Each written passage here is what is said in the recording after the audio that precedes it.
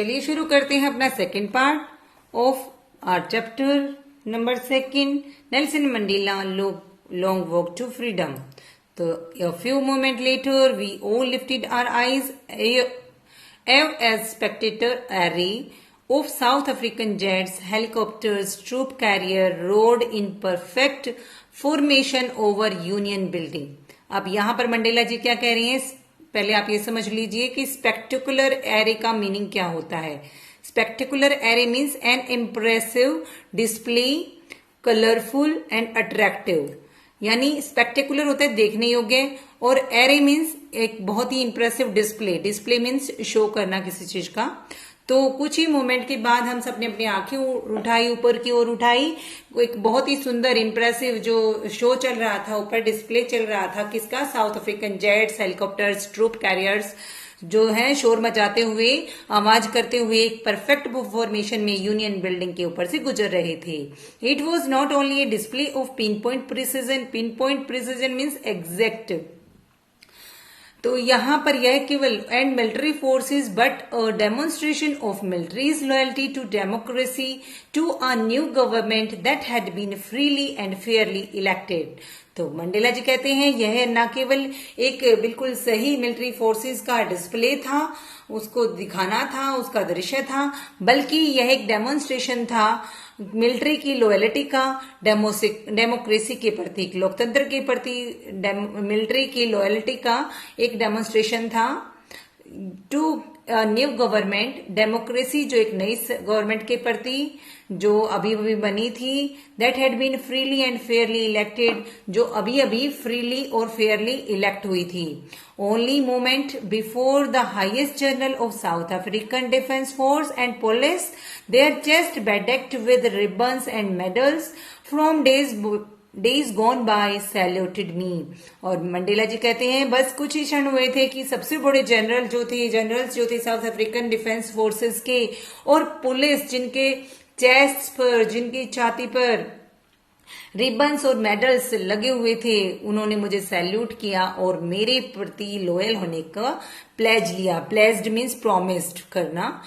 I was not unmindful of the fact. Unmindful of the fact means aware of. अभी भी वो भूला नहीं था इस बात को, that not so many years before they would not have saluted me but arrested me। कि बहुत साल नहीं हुए हैं इस बात को कि वो मुझे सैल्यूट नहीं करते थे उस समय, बल्कि अरेस्ट करते थे, क्योंकि उस समय व्हाइट पीपल्स का राज था, उस देश में डेमोक्रेसी नहीं थी। Finally, a chevron of Impala jets left a smoke trail of black, red, green, blue and gold of the new South African flag। और फाइनल में एक चेवरन होता है स्टूडेंट्स वी शेप बनाना। इम्पाला जेट्स हैं वो स्मोक ट्रेल छोड़ते हुए, धुएं की ट्रेल, धुआं जो डिफरेंट कलर्स का था, 5 कलर का था, और वो 5 कलर वो थे जो साउथ अफ्रीकन के फ्लैग में अभी भी मौजूद हैं। उन 5 कलरों का एक पैटर्न बनाते हुए, उसका धुआं छोड़ते हुए वहां से वी शेप में वहां से गुजरते हैं। और ये सभी दर्शक वो जो है मंडेला जी वहां से देख रहे थे, और सभी देख रहे थे, जितने भी दर्शक थे वो सब देख सकते थे वहां से। The day was symbolised for me by playing 2 our national anthems. अब यहाँ पर ये क्वेश्चन बनता है कि वहां पर जो साउथ अफ्रीका है वहां पर कितने नेशनल एंथम्स गाए जाते हैं, और 2 हैं तो क्यों हैं।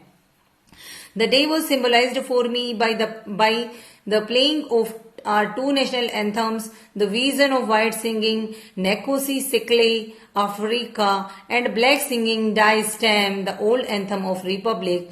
Through that day, neither group knew the lyric of anthem they once despised. They would soon know the words by heart। अब यहाँ पर मंडेला जी बताते हैं कि the day was symbolized for me, और वह दिन जो है वो मेरे लिए प्रतीकात्मक बन गया था, बिल्कुल यादगार बन गया था। इस दिन को हमारे जो 2 राष्ट्रगानों की धुनों को बजाकर यह मेरे लिए प्रतीकात्मक बन गया था, इस दिन को प्रतीकात्मक बना दिया गया था। और श्वेत लोगों ने निकोसी सिकेले ई अफ्रीका, और जो काले लोग थी, ब्लैक पीपल थी, उन्होंने डाई स्टैम, पुराने जो नेशनल एंथम था उसका दृश्य प्रस्तुत किया। यद्यपि although बताता है कि उनको याद नहीं था उस दिन कोई भी जो ग्रुप था वो राष्ट्रगान की धुन को बजाना नहीं जानता था। उन्होंने इसके बारे में एक निम्न धारणा बना रखी थी वे, लेकिन मंडेला जी कहते हैं कि दे would soon know the words by heart, जल्दी ही वो इन शब्दों को जबानी याद कर लेंगे। On the day of inauguration I was overwhelmed with sense of history.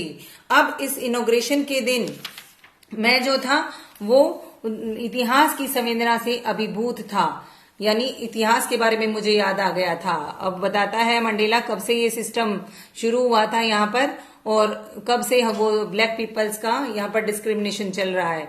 तो बताते हैं मंडेला जी और बताते हैं हमें, in the first decade of 20th century, 20वीं शताब्दी के पहले दशक में, few years after the bitter Anglo Boer war के कुछ सालों बाद और मेरे बर्थ से, बिफोर माई ओन बर्थ, मेरे अपने बर्थ से भी कुछ सालों पहले, the white skin people of south Africa patched up there differences. White skin के लोग जो थे वो साउथ अफ्रीका के, उन्होंने पैचअप कर लिया, आपस में समझौता कर लिया, उन्होंने अपने डिफरेंसेस को खत्म कर लिया एंड इरेक्टेड ए सिस्टम, और एक ऐसा सिस्टम लागू किया वहां पर ऑफ रेशियल डोमिनेशन, कि रेशियल डोमिनेशन का सिस्टम वहां पर शुरू कर दिया, अपार्ट जिसे बोला गया, against the dark skinned people of their own land. अपने ही जमीन के जो डार्क स्किन लोग थे उनके खिलाफ उन्होंने एक सिस्टम क्रिएट कर लिया कि हम सब मिलके इनका शोषण करेंगे, आपस में नहीं लड़ेंगे, हम राज करेंगे और इनसे सारा काम करवाएंगे। इस तरह का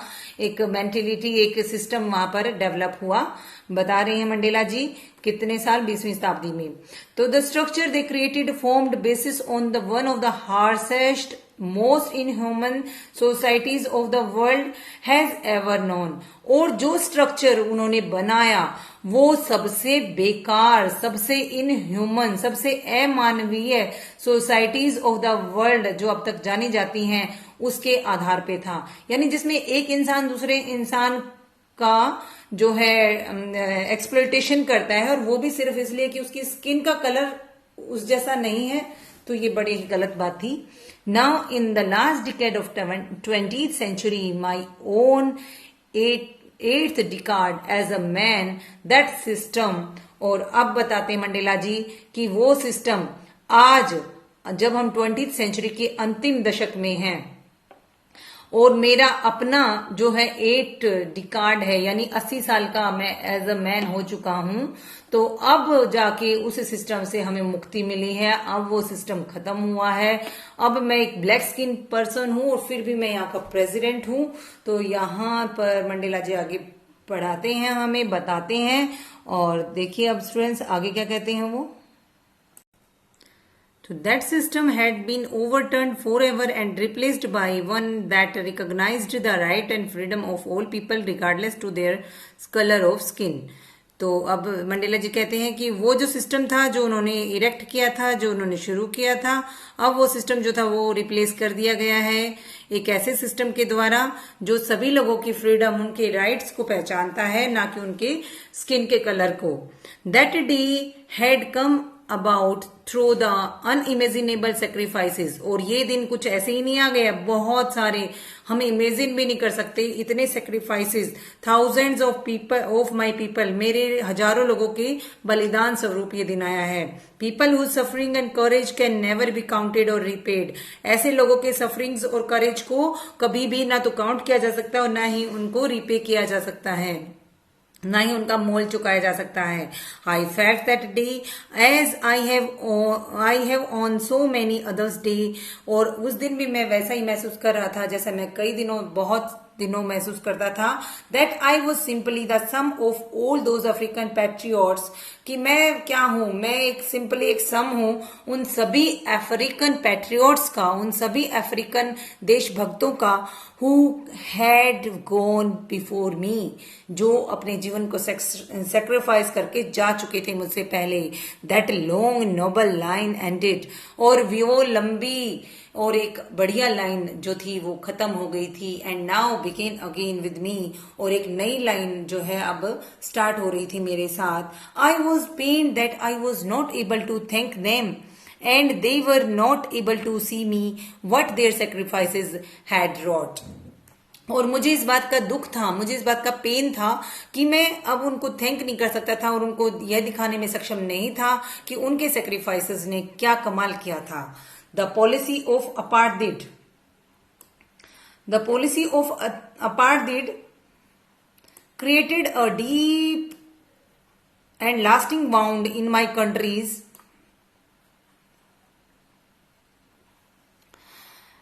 जो पॉलिसी थी अपार्थिड की, रंगभेद की जो नीति थी, उसने बहुत गहरे और कभी ना खत्म होने वाले घाव मेरे देश को दिए थे और मेरे लोगों को।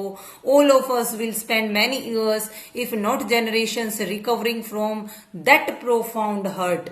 और वो जो गहरे, जो डीप और स्ट्रोंग हमारे घाव हैं, उनको भरने के लिए अगर हमें जनरेशंस नहीं लगेंगी तो कम से कम बहुत सारे साल हमें खर्च करने पड़ेंगे उस घाव को भरने के लिए जो इस अपार्थिड की पॉलिसी ने हम लोगों को दिए थे। But the डिकार्ड of the operations and brutality had another unintended effect. लेकिन ये जो ऑपरेशन और ब्रुटैलिटी था, इसका एक और भी इफेक्ट हमारे सामने था, and that was that it produced Oliver Tambos, Walter Sisulus, the chief Luthulis and Yusuf Dadoos, the Bram Fischers, the Robert Sobukwes of our time, man of such extra ordinary.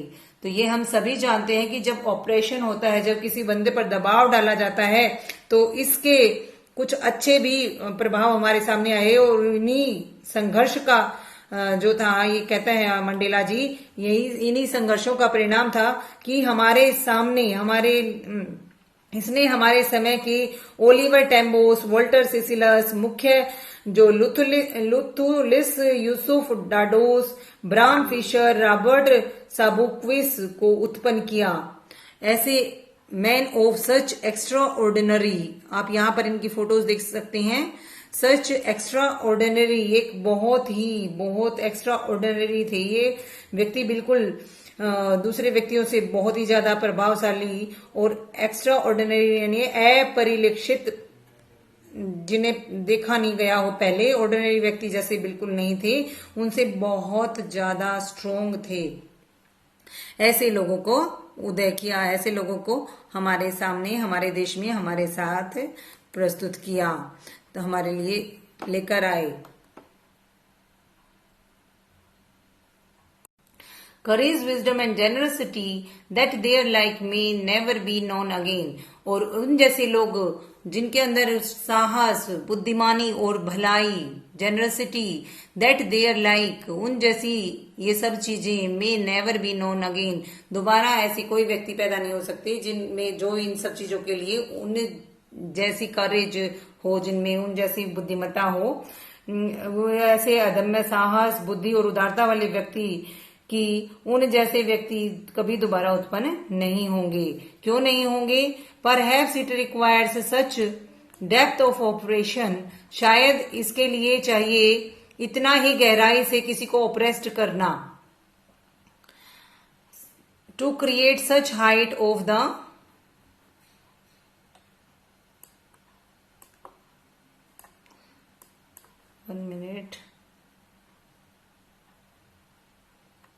Depth of oppression to create such height of characters.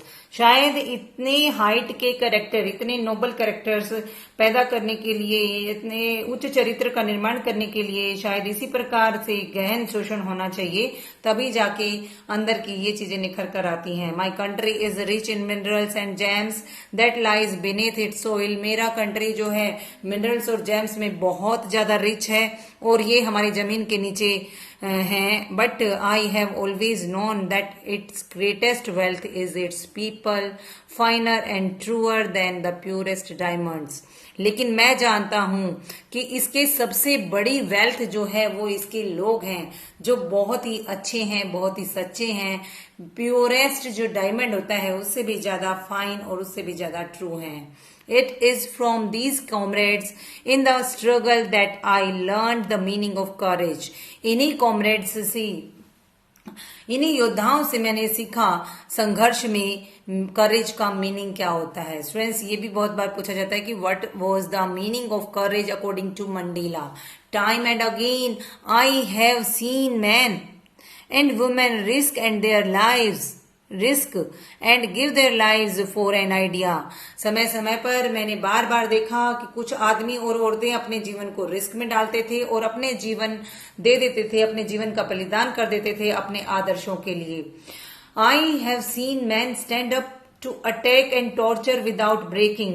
मैंने लोगों को देखा है जो tortures और attacks के सामने बिना टूटे खड़े रहते थे। Showing a strength and resilience that defies the imagination. वो ऐसी स्ट्रेंथ और ऐसी रेजिलेंस दिखाते थे। Resilience means ability to deal with any kind of hardship and recover from its effect.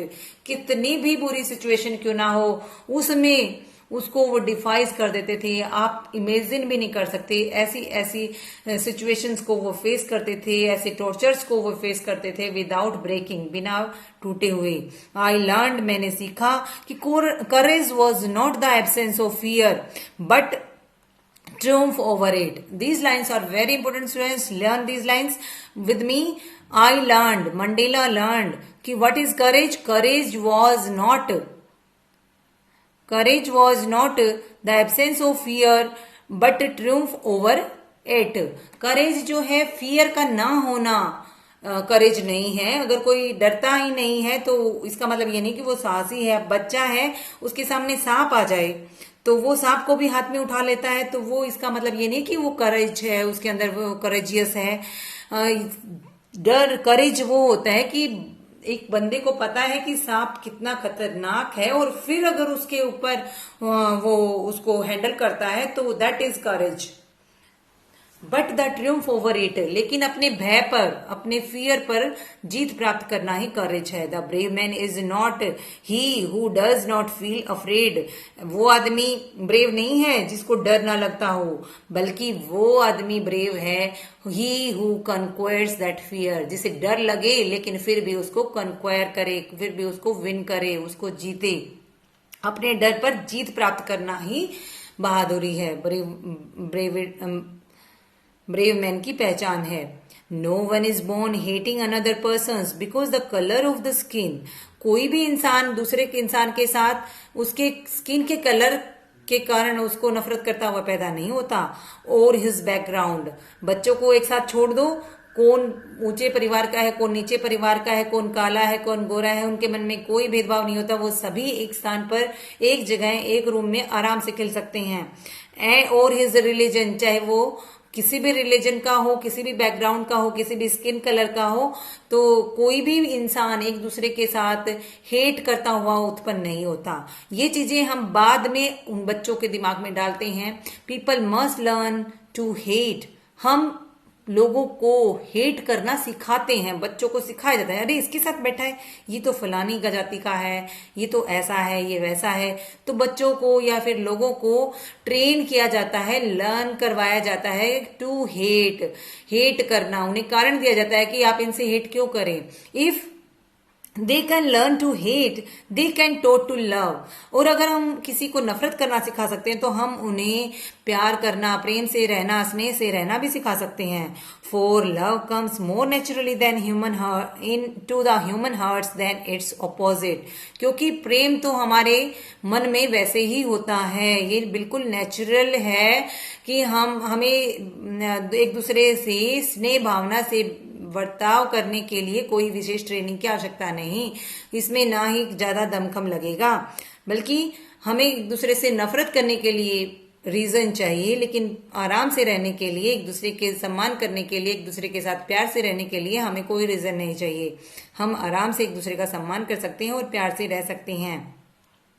तो कह रहे नेचुरली ह्यूमन हार्ट में जो लव है वो मोर इजीली आता है। Even in the grimmest time in the prison when my comrades and I were pushed to our limits. और यहाँ तक कि जब मेरा सबसे बेकार समय चल रहा था हमारा जेल में, और जब मेरे कॉमरेड्स और मैं, हमें पुश्ड किया जाता था टू आवर लिमिट्स, हमें इतना टॉर्चर किया जाता था, pushed to the last point of our ability to bear pain. हमें इतना ज्यादा पेन दिया जाता था कि हम बिल्कुल मतलब लास्ट एबिलिटी हमारी आ जाती थी, हमारी एबिलिटी के अंतिम छोर तक हमें पेन करते थे, हमें टॉर्चर किया जाता था। तो उस समय I would see a glimmer of humanity in one of the guards.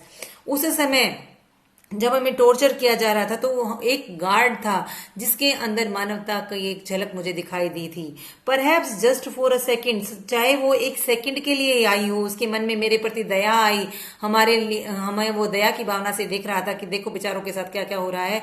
But it was enough to reassure me, लेकिन ये मुझे विश्वास दिलाने के लिए पर्याप्त था। एंड कीप मी गोइंग, और मुझे आगे बढ़ाने के लिए और विश्वास दिलाने के लिए ये बात, चाहे एक सेकंड के लिए मैंने उसकी आंखों में दया देखी हो, ह्यूमैनिटी मानवता देखी हो, ये पर्याप्त था मेरे लिए उस टॉर्चर को सहन करने की शक्ति देने के लिए।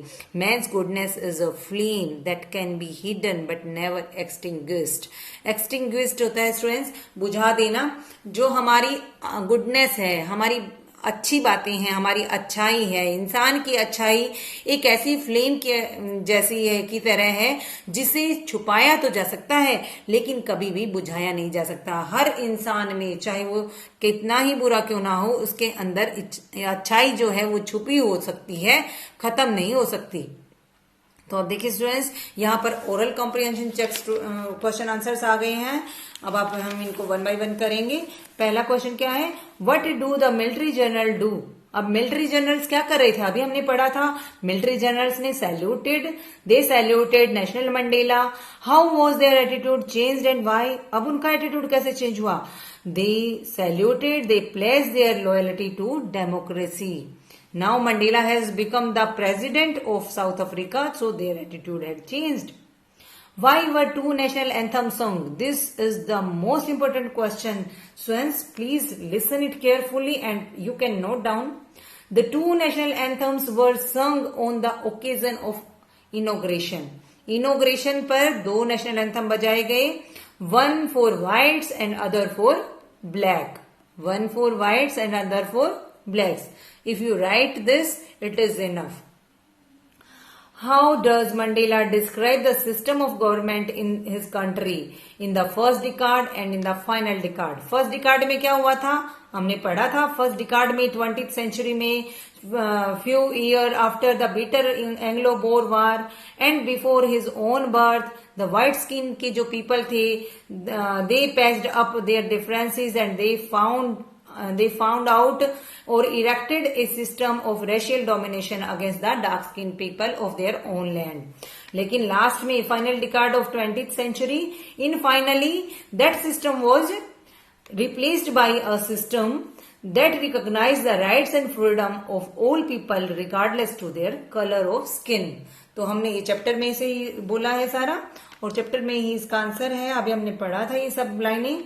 What does courage mean to Mandela, this is also very important, please note down this. Mandela means courage is not the absence of fear, it means the victory or triumph over it. Brave man is not he who does not feel afraid. बताया था कि brave वो नहीं जो afraid feel नहीं करता, बल्कि वो है जो अपने अफ्रेड पर, अपने फियर पर जीत हासिल करता है। But the one who conquers that fear. Which does he think is natural to love और to hate.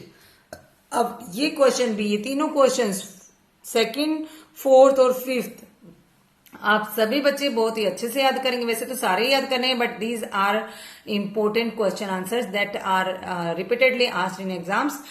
Which does he think is natural, किसको वो नेचुरल समझता है, टू लव या टू हेट। बताइए नेचुरल कौन सा है, टू लव करना हमारा जो है नेचुरल गुण है। He thinks love is natural in comparison to hate. It comes more naturally to the human hearts than its opposite. अब लव का ऑपोजिट क्या है, हेट करना। तो अब देखिए आगे स्टूडेंट्स क्या कहते हैं Mandela ji. In life every man has twin obligations. This is also very important point, please note down this. आप इसको यहीं से याद कर लेंगे पढ़ते पढ़ते ही चैप्टर को। लाइफ में हर आदमी के दो ऑब्लिगेशंस होते हैं। कौन से दो ऑब्लिगेशंस होते हैं, इसके बारे में क्वेश्चन बहुत बार एचबीएससी में पूछा जाता है। It is very important. Two obligation, twin means two, 2 obligations हैं, obligation to his family, to his parents, to his wife and children. अब फैमिली का ही पार्ट है, पेरेंट्स हैं, वाइफ है, चिल्ड्रन है, उनके प्रति आपका दायित्व क्या है वो। और he has an obligation to his people, his community, his country. और हमारा सेकंड ऑब्लिगेशन हर इंसान का होता है अपने लोगों के प्रति, अपनी कम्युनिटी, अपनी सोसाइटी, अपने देश के प्रति। और जो इंसान इन दोनों ऑब्लिगेशंस को निभा लेता है वो महान होता है। इन सिविल एंड ह्यूमन, और आगे बताएंगे हमें Mandela ji.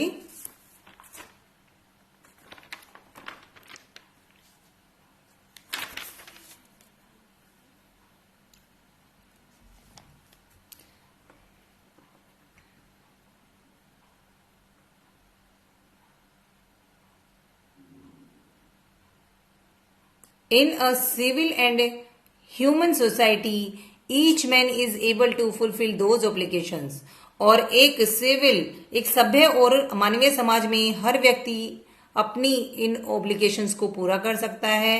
His according to his own inclinations and abilities.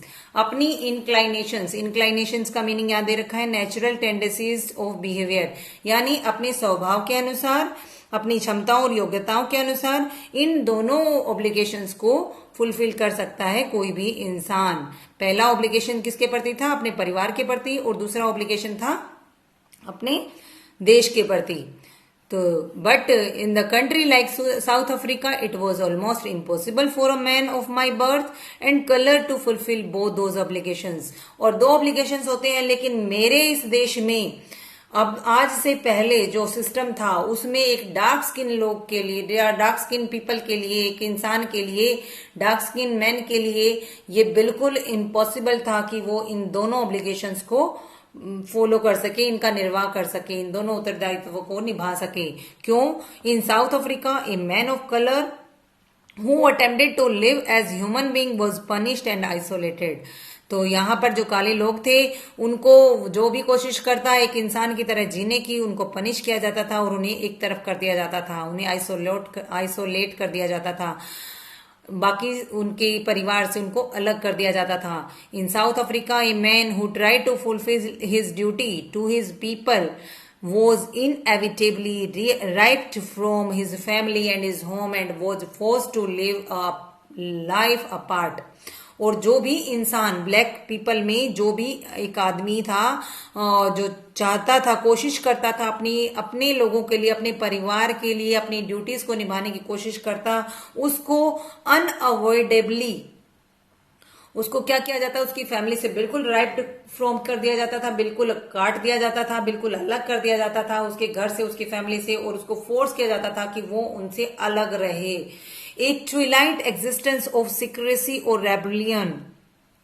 और कहता है कि यह जो था उसे बिल्कुल अपने एक अश्वेत व्यक्ति जो है मानव के रूप में जीने का प्रयास करना एक दंडनीय और बहुत ही बुरा काम था। और दक्षिण अफ्रीका में एक ऐसा व्यक्ति जो अपने परिवार के लोगों के प्रति अपने कर्तव्यों को पूरा करने का प्रयास करता था, उसे अपरिहार्य रूप से परिवार से, अपने घर से दूर कर देते, और रहस्य और विद्रोह करने का अगर वो प्रयास करता था, रहस्य और विद्रोह के धुंधला एकाकी जीवन जीने के लिए उसको मजबूर कर दिया जाता था, मजबूर किया जाता था। उसको पता ही नहीं चलता था कि वो कहाँ गया और क्या कर रहा है, कहाँ है। इसी प्रकार से मंडेला भी अपनी फैमिली से बहुत सालों तक अलग रहे थे। I did not in the beginning choose place my people above my family. शुरुआत में मैंने अपने लोगों को, अपने देशवासियों को अपनी फैमिली से आगे नहीं रखा। But in attempting to serve my people, ये लेकिन अपने लोगों की सेवा करने की कोशिश में I found that I was prevented from fulfilling my obligations as son, a brother, father and a husband। लेकिन जैसे ही मैं लोगों की भलाई के लिए बढ़ा तो मैंने पाया कि मुझे रोका जा रहा है कि मैं अपनी जिम्मेदारियों को एक बेटे के रूप में, भाई और पिता और एक पति के रूप में मेरी जो जिम्मेदारियां बनती हैं उनको निभाने से मुझे रोका जा रहा था। I was not born with hunger to be free. मैं जब पैदा हुआ तो मेरे मन में फ्री होने का कोई भी हंगर, कोई भी भूख नहीं थी। यानी तब फ्रीडम फ्रीडम क्या होती है, मैं इस बात के बारे में कुछ चिंता नहीं करता था, मैं अपने आप को फ्री समझता था। I was born free, free in every way that I could know. मैं जब पैदा हुआ तो मैं बिल्कुल फ्री था, और मैं बिल्कुल फ्री था, जितना कि फ्रीडम मुझे चाहिए थी वो मुझे मिलती थी। Free to run in the fields. अब बच्चे के लिए फ्रीडम का मतलब क्या है, खेतों में वो दौड़ लगा सके। नियर माई मदर्स हट, मेरी माँ की झोपड़ी के पास मैं खेतों में दौड़ सकता था। Free to swim in clear stream, और साफ क्लियर स्ट्रीम में, छोटी छोटी नदियों में मैं स्विमिंग कर सकता था। That run through my village, जो मेरे गांव से गुजरती थी। Free to roast meals miles under the stars, और वहां पर तारों के नीचे, and ride the broad black of slow moving bulls. कहते एक बच्चे को क्या स्वतंत्रता चाहिए, मैं बुल्स की बैक पे बैठ के उनकी सवारी कर सकता था, तारों के नीचे घूम सकता था फ्रीली, और अपने गांव में नदी में नहा सकता था, अपनी माँ के जो झोपड़ा है उसके पास दौड़ लगा सकता था। तो ये सब काम कर सकता था, तो मुझे लगता था कि मैं फ्री हूं। As long as I obeyed my father and abided by the custom of my tribe, I was not troubled by the laws of man और गॉड।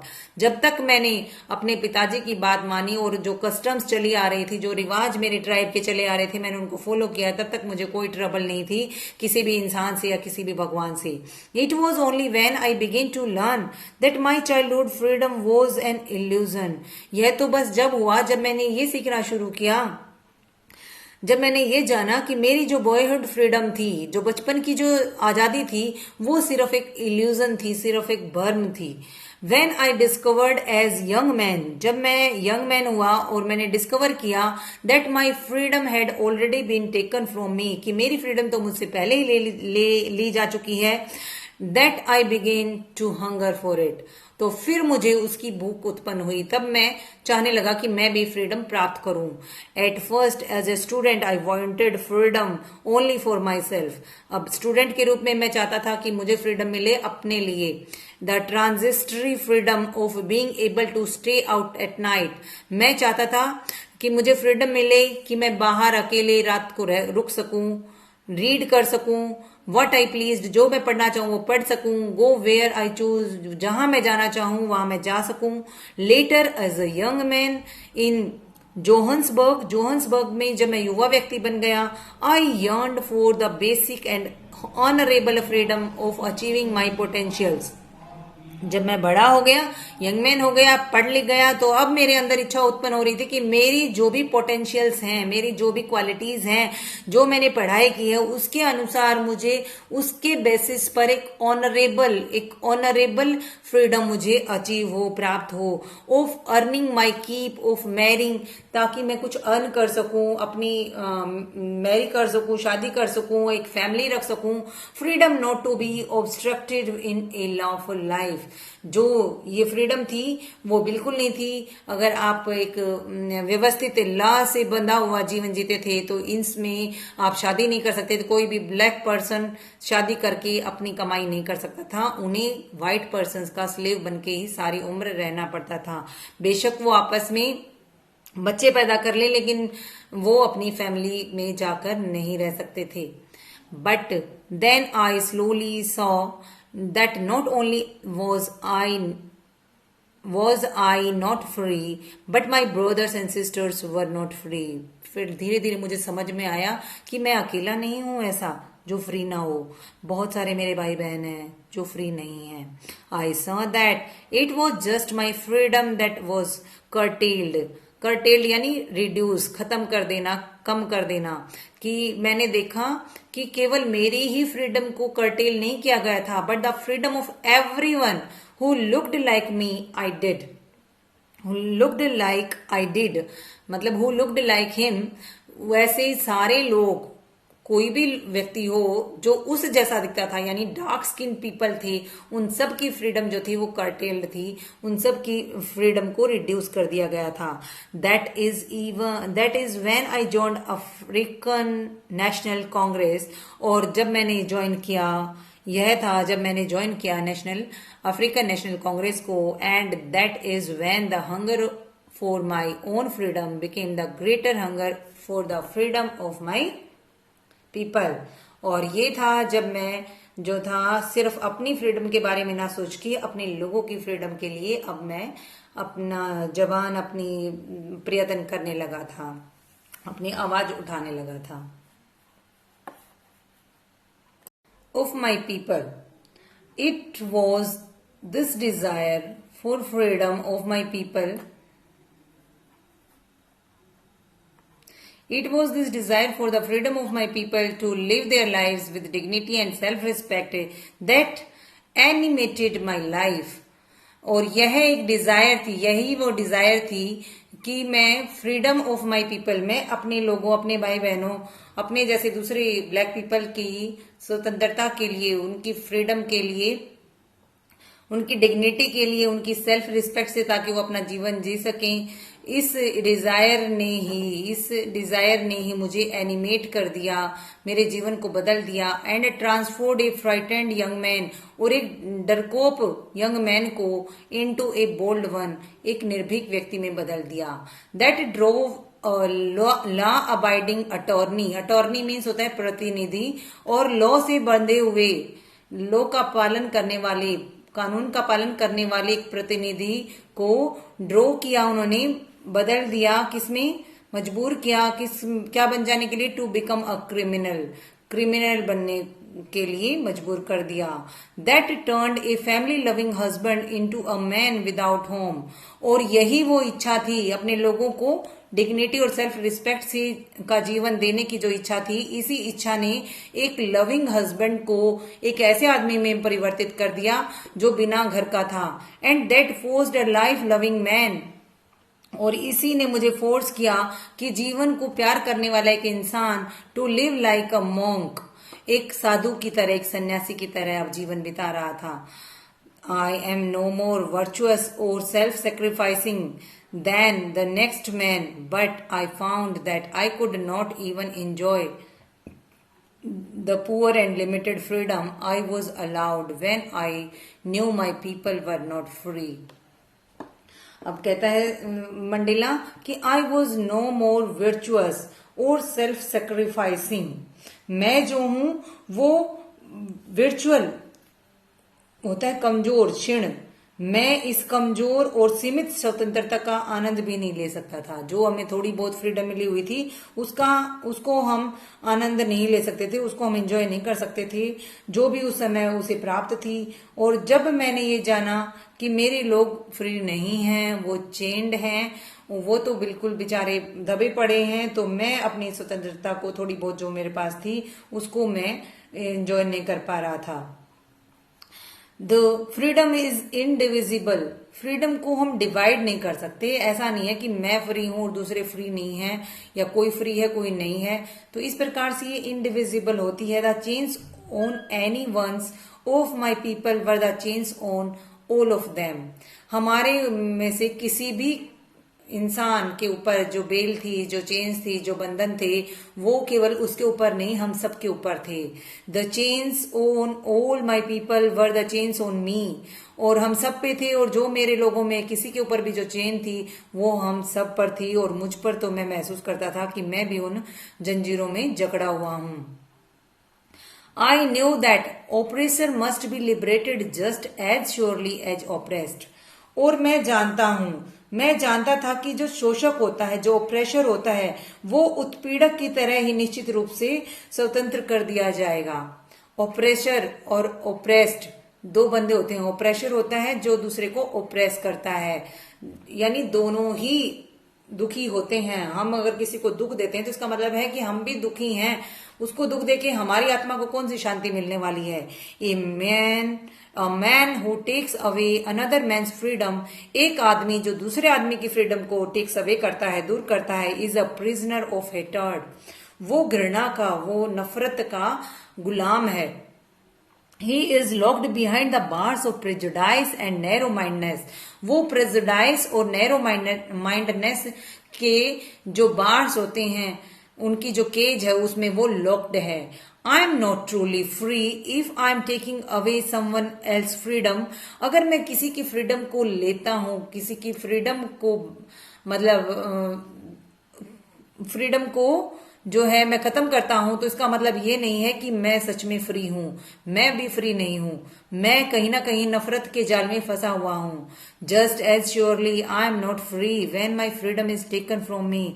और इसी प्रकार से बिल्कुल मैं भी फ्री नहीं था जब मेरी फ्रीडम मुझसे दूर की गई थी। The oppressed and oppressors alike are robbed of their humanity. जो ओप्रेसर होता है और जो ओप्रेस्ड होता है, शोषित और शोषक, समान रूप से अपनी मानवता के लुटेरे हैं। वो दोनों ही मानवता को रोबिंग करते हैं, दोनों ही मानवता को रोब करते हैं। और प्रेजुडाइज क्या होता है student? Strong dislike without any good reason, यानी बिना किसी रीजन के, कोई रीजन नहीं बता सकता कि क्यों, लेकिन बस बनी आ रही है कोई कस्टम कि हमें इससे नफरत करनी है, इससे करनी है, एक अंधविश्वास आप कह सकते हैं। तो this was our chapter. I hope आपको समझ में आ गया होगा स्टूडेंट्स। अगर नहीं आया तो एक बार फिर से वीडियो को देख लीजिएगा एंड बने रहिए मेरे साथ। Thank you, thanks for watching. If you have not subscribed my channel, please subscribe it. Have a nice day. Good morning everyone. चलिए अब शुरू करते हैं second part of our Nelson Mandela the long walk to freedom. तो उनकी autobiography से ली गई इस लेसन में से अब शुरू करते हैं आगे का। हमेशा हाफ पार्ट मैं पहले ही फर्स्ट पार्ट में कवर कर चुकी हूँ। अगर आपने वो नहीं देखा है तो आप जाकर डिस्क्रिप्शन बॉक्स में उसका लिंक मिल जाएगा, आप वहां पर जाकर देख सकते हैं और ऊपर आई बटन में भी देख सकते हैं। तो देखिए स्टूडेंट्स क्या कह रहे हैं। A few moment later we all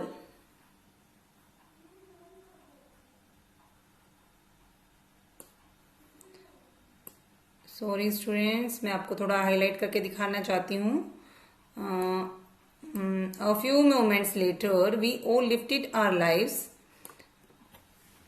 few moments later we all lifted our lives, our eyes. हमारी आंखों को हम ऊपर उठाते हैं, हम सब ने अपनी आंखें ऊपर उठाई। इन यू, इन सरप्राइज, इन खुशी में, बहुत ही खुशी से, बहुत ही सरप्राइज से हमने अपनी आंखों को ऊपर उठाया। क्या करने के लिए ऊपर उठाया? ऊपर ऐसा क्या था जो देख रहे थे वो सब? वो ए स्पेक्टिकुलर एरे।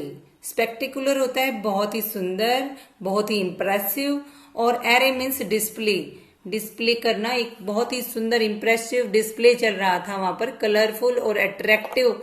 क्या था attractive? South African jets, helicopters, troops carriers road in perfect formation over the union building. हमने देखा कि यूनियन बिल्डिंग के ऊपर से जो ये साउथ अफ्रीकन जेट्स हैं, हेलीकॉप्टर्स हैं, ट्रूप कैरियर्स हैं, वो सभी जो हैं एक बहुत ही सुंदर पैटर्न बनाते हुए वहां से गुजर रहे थे। तो हम सब ने अपनी आंखें उठाई उनको देखने के लिए। It was not only a display of pin point precision. Pin point precision means exact and military force. यह न केवल मिलिट्री फोर्स का, मिलिट्री फोर्स क्या होता है? हमारी जो सेना है वो वो कहते हैं, मंडेला जी कहते हैं, यह न केवल सैन्य शक्ति, मिलिट्री फोर्स के एक छोटे से दृश्य का यथार्थपूर्ण चित्रण था, बल्कि और क्या था? It was but a demonstration, लेकिन एक डेमोन्स्ट्रेशन था of military's loyalty to democracy. एक डेमोन्स्ट्रेशन था जिसमें जो मिलिट्री की लॉयल्टी का किसके प्रति? डेमोक्रेसी के प्रति। To a new government that had been freely and fairly elected.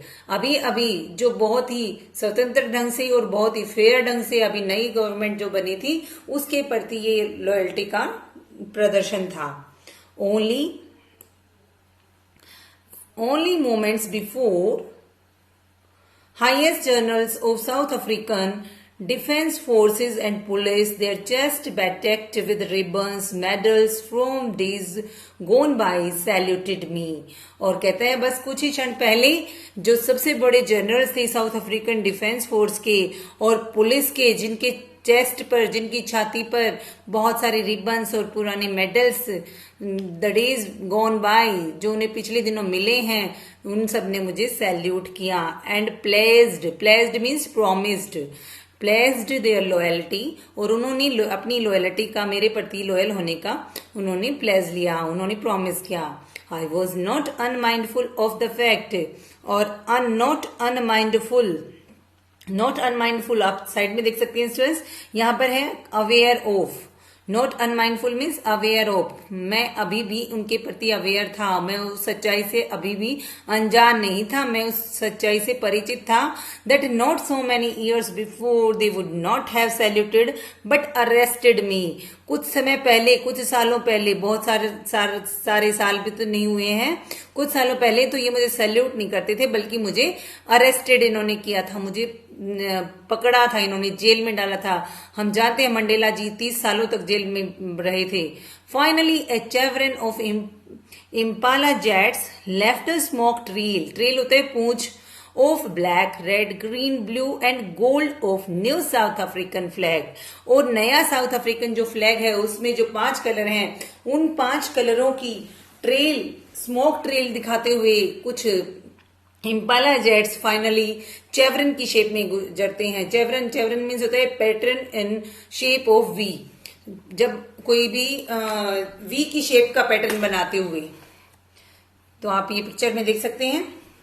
The day was symbolised for me by playing our 2 national anthems, the vision of white singing Nekosi Sikle Africa and black singing Die Stam, the old anthem of Republic। अब यहाँ पर students please take care of this point, इसको note कर लीजिए आप कि कितने national anthem हैं साउथ अफ्रीका में। साउथ अफ्रीका में हमारे देश में एक ही नेशनल एंथम है, कौन सा है बता सकते हैं आप? जनगण मन हमारा नेशनल एंथम है। तो लेकिन साउथ अफ्रीका में 2 नेशनल एंथम वैलिड है, वहां पर 2 नेशनल एंथम हर एक फंक्शन में गाए जाते हैं, 1 फॉर व्हाइट, 1 फॉर ब्लैक, और जो पुराने वाला है वो ब्लैक लोगों का है। तो यहाँ पर 2 नेशनल एंथम गाए गए, दोनों ही समारोह में गाए गए। और यहाँ पर जो कहते हैं नेशनल मंडेला जी कहते हैं कि ऑल्दो दैट डे, यद्यपि उस दिन, ग्रुप, नीदर ग्रुप, कोई भी ग्रुप, चाहे वो ब्लैक लोगों का हो या व्हाइट लोगों का हो, the lyric of anthem they once despised they would soon know the words by hearts. और उस दिन की बात करें तो दोनों में से कोई भी ऐसा ग्रुप नहीं था। उस दिन तो दोनों ही ग्रुप को अच्छी तरह एक दूसरे का एंथम कंठस्थ नहीं था, लेकिन मंडेला जी कहते हैं कि they once despised, they had a very low opinion of, they would soon know the words by heart। और बहुत जल्दी वो उसे सारे शब्दों को बाय हार्ट याद कर लेंगे, बाय हार्ट यानी बिल्कुल अच्छी तरह से इनको रट लेंगे। उस दिन तो कोई भी दल राष्ट्रगान की जो धुन है उसको बजाना नहीं जानता था। इन्होंने इसके बारे में एक छोटी सी धारणा बना रखी थी, निम्न धारणा बना रखी थी, वे शीघ्र ही इन शब्दों को जबानी याद कर लेंगे और अपने मन में, अपने हार्ट में बसा लेंगे। तो यहाँ पर इतना कहकर मंडेला जी आगे कहते हैं, क्या बताते हैं हमें? On the day of inauguration, inauguration के दिन, आई वॉज ओवरवेल्म्ड, मैं बिल्कुल आनंदित था, बिल्कुल भरा हुआ था, अनुभूतिक था, with a sense of history. जब हिस्ट्री को मैंने याद किया तो मैं जो है अभिभूत हो गया, हिस्ट्री को याद करके बिल्कुल मेरे रोंगटे खड़े हो गए। क्या याद आ गया मुझे ऐसा? In the first decade of 20th century, 20वीं शताब्दी के पहले डिकार्ड में, पहले दशक में, few years after the bitter Anglo-Boer War and before my own birth। अब मंडेला जी बताते हैं कि पहले क्या होता था। उद्घाटन के दिन मैं इतिहास की संवेदना से अभिभूत था और 20वीं शताब्दी के फर्स्ट डिकार्ड में, पहले दशक में, कड़वे जो एंग्लो बोअर युद्ध हुआ था उसके कुछ सालों बाद और मंडेला जी के जन्म के कुछ सालों पहले दक्षिण अफ्रीका के जो हमारे before my own birth the white skin people of south Africa, जो व्हाइट स्किन वाले लोग थे साउथ अफ्रीका के, पैस्ड अप देयर डिफरेंसेस, उन्होंने आपसी झगड़ों को खत्म कर लिया, and erected A system of racial domination, और उन्होंने इरेक्ट किया, एक लागू कर दिया एक ऐसा सिस्टम जो रेशियल डोमिनेशन पर आधारित था। उन्होंने रेस के आधार पर, रंग के आधार पर, against the dark skinned people of their own land, अपनी ही धरती के काले लोगों के खिलाफ काले लोगों के खिलाफ वो सब इकट्ठे हो गए और उन्होंने सोच लिया कि हम सब मिलकर इन पर राज करेंगे। तो जो the structure they created formed the basis of the harshest, most inhuman society of the world has ever known. Now, in the last decade of 20th century, my own 8th decade as a man, 8th decade यानी 80 साल का हो गया है ये, that system had been, अब देखते हैं, structure they created formed the basis of one of the harshest, most inhuman societies of the world has ever known. और जो स्ट्रक्चर उन्होंने क्रिएट किया था ना उस समय आपस में मिलके काले लोगों के खिलाफ जो षड्यंत्र उन्होंने रचा था वो सबसे बुरा, सबसे हार्शेस्ट था, अब तक का सबसे कठोर, सबसे अमानवीय समाज पर आधारित था।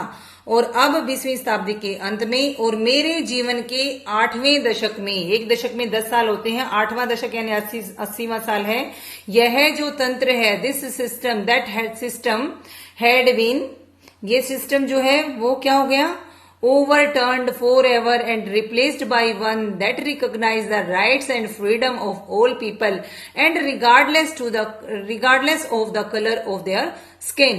अब यहां पर मंडेला जी कहते हैं वो सिस्टम हमने अब चेंज कर दिया, वह तंत्र हमने हमेशा के लिए बदल दिया गया है और इसका स्थान, इसे रिप्लेस कर दिया गया है। रिप्लेस करना मतलब बदल देना।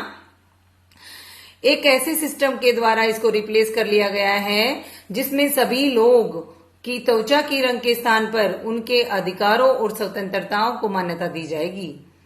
That day had come about through the unimaginable sacrifices of thousands of many peoples. और ये दिन ऐसे ही नहीं आ गया।